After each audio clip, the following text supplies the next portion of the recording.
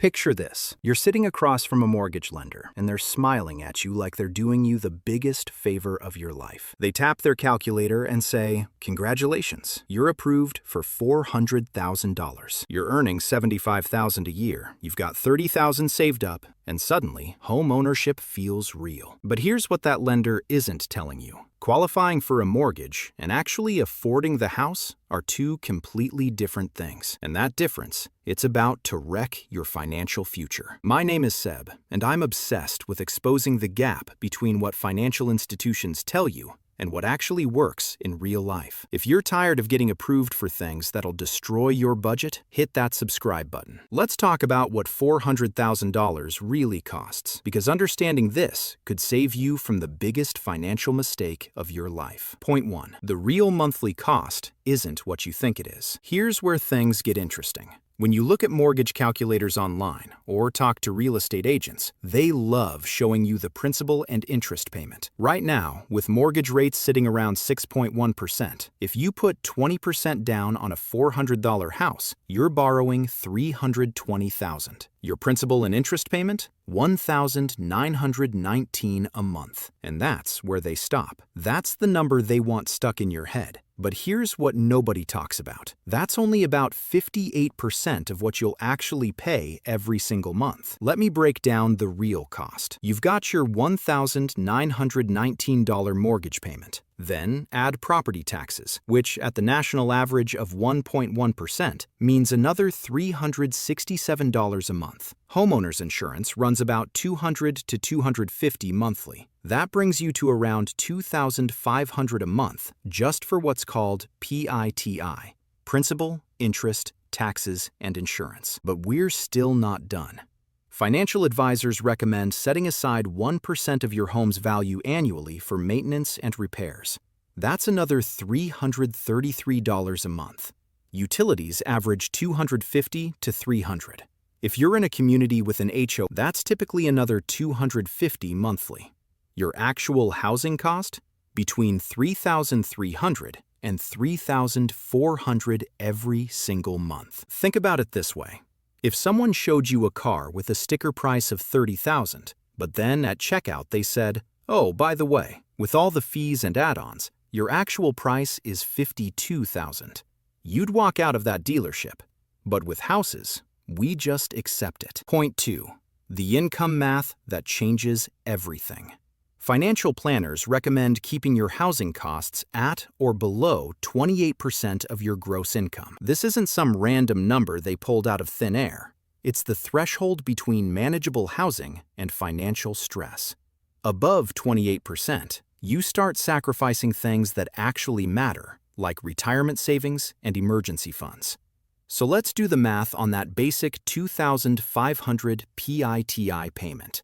To keep that at 28% of your income, you need to earn $106,543 a year. Not $75,000, not even $90,000, over $106,000. But remember, we already established your real monthly cost is closer to $3,300. To keep that at 28%, you need $141,000 annually. And if you want to follow the more conservative 25% rule, which actually gives you breathing room to save for retirement and build wealth, you're looking at $158,000 a year. Here's what this looks like at different income levels. And this is where most people's dreams start falling apart.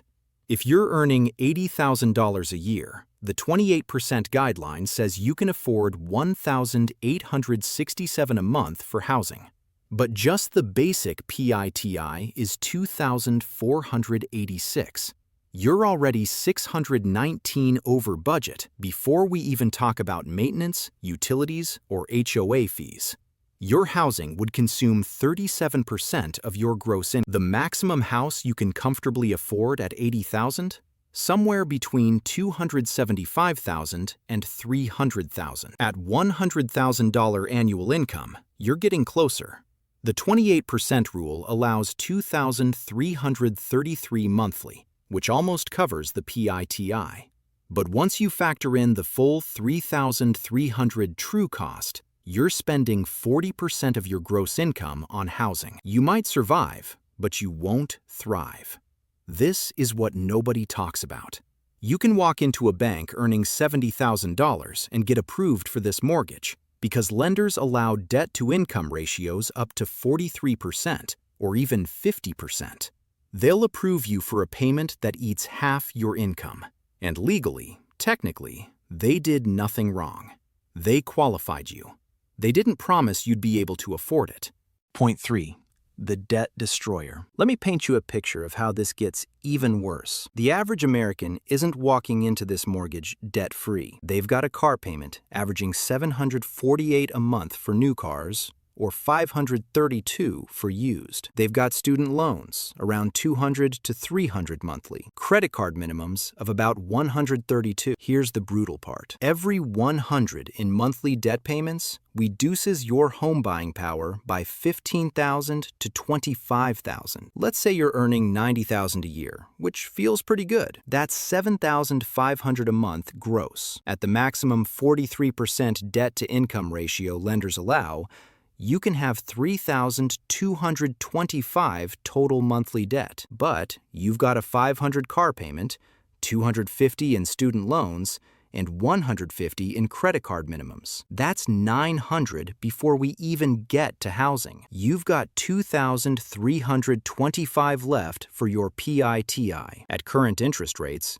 that qualifies you for maybe a $270,000 house, not $400,000. And remember, that $2,325 still doesn't cover the true total cost of ownership. This is where most people completely mess this up. They look at their income, they look at their savings, they get pre-approved, and they think they're ready. But their existing debt just demolished their buying power. And nobody explained it to them until they're already emotionally invested in houses they can't actually afford. Point 4.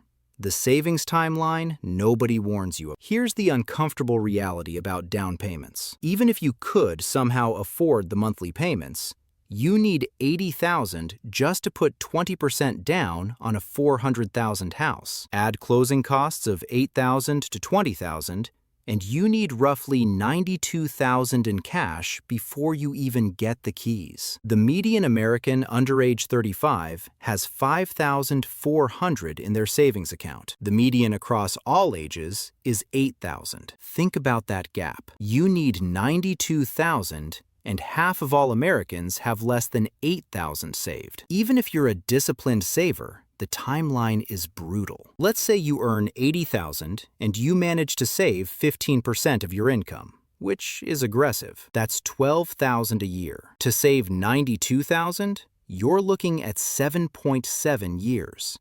And that assumes zero emergencies, zero setbacks, zero life happening to you. At $100,000 income, saving 15%, you're still looking at 6.1 years. This is why the median age of first-time homebuyers has jumped to 40 years old in 2025. Back in 1981, it was 29. It's not that people are lazy or bad with money. It's that the math fundamentally changed. Your brain is working against you here too. There's something called temporal discounting, which is just a fancy way of saying humans are terrible at valuing future benefits. Saving $1,000 a month for 7 years to buy a house?